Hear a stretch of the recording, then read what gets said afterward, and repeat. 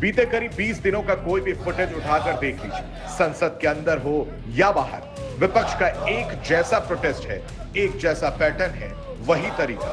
संसद के बाहर लाइन बनाकर नारेबाजी, लोकसभा और राज्यसभा के अंदर सरकार का विरोध में कोई बुराई नहीं है, विपक्ष का लोकतांत्रिक अधिकार है, लेकिन विपक्ष के एजेंडे को लेकर सवाल है, क्योंकि पहले धर्मेंद्र प्रधान का इस्तीफा मांगा गया, सरकार ने मान लिया, फिर अमित शाह के बयान की डिमांड हुई, अब शाह तैयार है, लेकिन विपक्ष अब नया एजेंडा तलाशने में जुट गया है। राहुल अब गृह मंत्री के स्टेटमेंट को लेक्चर बता रहे हैं, मतलब साफ है, पूरा मॉनसून सत्र धुल चुका है, लेकिन राहुल गांधी नतीजों पर नहीं, अपने नैरेटिव पर अड़े हुए हैं। हमने खारगे जी और मैंने प्रेस कॉन्फ्रेंस किया, बाकी ऑपोजिशन ने क्लियरली बोला है, we are not interested in listening to mister Amit Shah imagination. We are not interested in him giving us a lecture or a discussion. We are interested in one simple thing. And when I say we, I mean the younger generation of this country.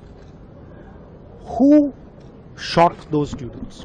संसद भवन के अंदर विपक्ष संसद को चलने ही नहीं दे रहा है, दोनों गृहों में, तो कोई जाकर क्या करेगा? पहले तो ये यही मांग कर रहे थे, हमने हाँ बोल दिया। मेरी ओर से भी मैंने कह दिया है कि मैं किसी भी सवाल का जवाब देने के लिए संसद में तैयार हूं, मगर वो चर्चा ही नहीं होने देना चाहते। अब जनता तय करे कौन भाग रहा है। बुधवार सुबह भी वैसा ही हुआ। उम्मीद थी लोकसभा की कार्यवाही चलेगी, लेकिन सदन शुरू होते ही विपक्ष ने हंगामा शुरू कर दिया। दोपहर 11 बजे स्पीकर अपनी चेयर पर आए, विपक्षी सांसदों से बहस की अपील की, विपक्ष नहीं माना, नारेबाजी शुरू हुई, ओम बिरला को इंटरप्ट करना पड़ा। आप सदन नहीं चलाना चाहते, मेरे बार बार आग्रह करने के बाद भी आप सदन में गतिरोध कर रहे हैं, ये लोकतंत्र के लिए उचित नहीं है। कुछ ही मिनटों में लोकसभा की कार्यवाही फिर स्थगित की गई, हर रोज की तरह दोपहर 2 बजे तक के लिए। करीब 1 घंटे बाद अमित शाह का बयान आया। ऐसा नहीं है कि सरकार की तरफ से पहली कोशिश थी, इसके पहले भी कई बार राहुल और किरेन रिजिजू के बीच बातचीत भी हुई। राहुल ना उस वक्त माने, ना शाह के आश्वासन के बाद राहुल अब शाह के इस्तीफे की डिमांड कर रहे हैं। Amit Shah give this order to shoot our children और did he not? If he did, he should resign because he is culpable, and if he did not, he should resign because he is incompetent.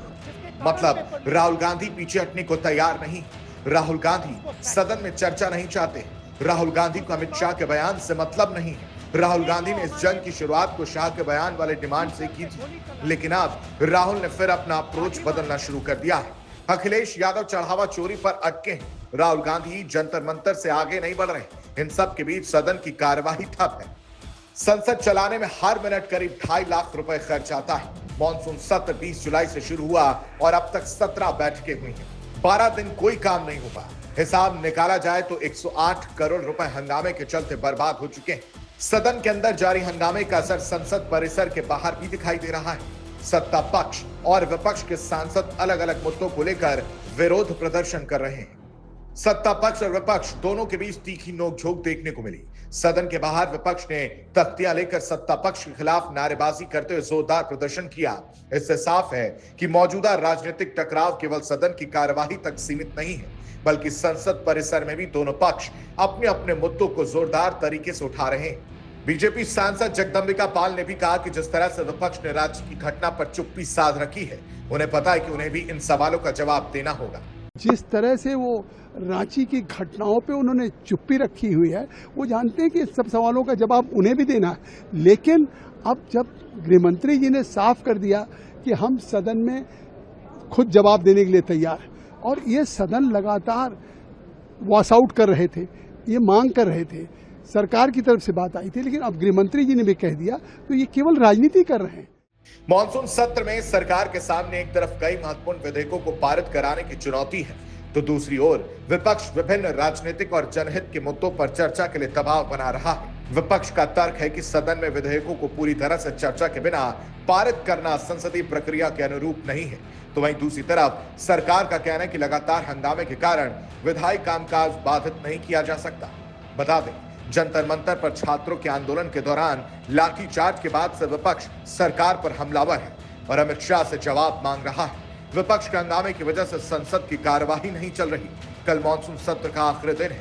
अब देखना यह होगा कि क्या अमित शाह के इस आग्रह पर विपक्ष कल सदन बिना किसी हंगामे के चलने देता है या फिर अपनी बात पर अड़ा रहता है।